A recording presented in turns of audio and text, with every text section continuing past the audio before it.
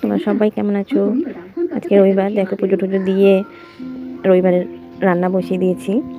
তো চিকেনটা আজকে নতুনভাবে করব। প্রথমে ভেজে নিলাম, লাল লাল করে ভাজার পরে এখানে আমার মশলা হয়ে গেছে। এখানে বাদাম আছে, পোস্ত আছে, পেঁয়াজ, আদা, রসুন, গোটা গরম মশলা সবই আমি পেস্ট করে নিয়েছি। মাংসটা ভাজার পরে ওর মধ্যে আমি মশলাটা দিয়ে দেবো। এই ডালনাটা দিয়ে এত আলো আসে যে ঠিকঠাকভাবে কালারটা বোঝাই যায় না।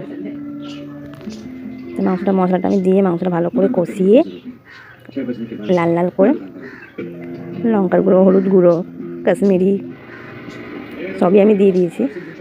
আর গরম মশলাটা আমি পেস্ট করে নিয়েছিলাম। দেখো কালারটা কেমন হয়ে গেছে। কষাতে কষাতে 3টে কাঁচা লঙ্কা ছিঁড়ে দিয়েছি। দারুণ লাগে খেতে। আমি তো কষা মাংসই বেশি ভালো লাগে। দেখো একটু জল দিয়ে চাপা দিয়ে দেবো। হয়ে গেছে জল দেওয়া। এত জ্বালায় না ছেলেগুলো। মাংস আমার চাপা দেওয়া হয়ে গেছে, এবার রেডি। গ্যাসটা নিভিয়ে দেবো। এই পর্যন্ত ভিডিওটা, টাটা।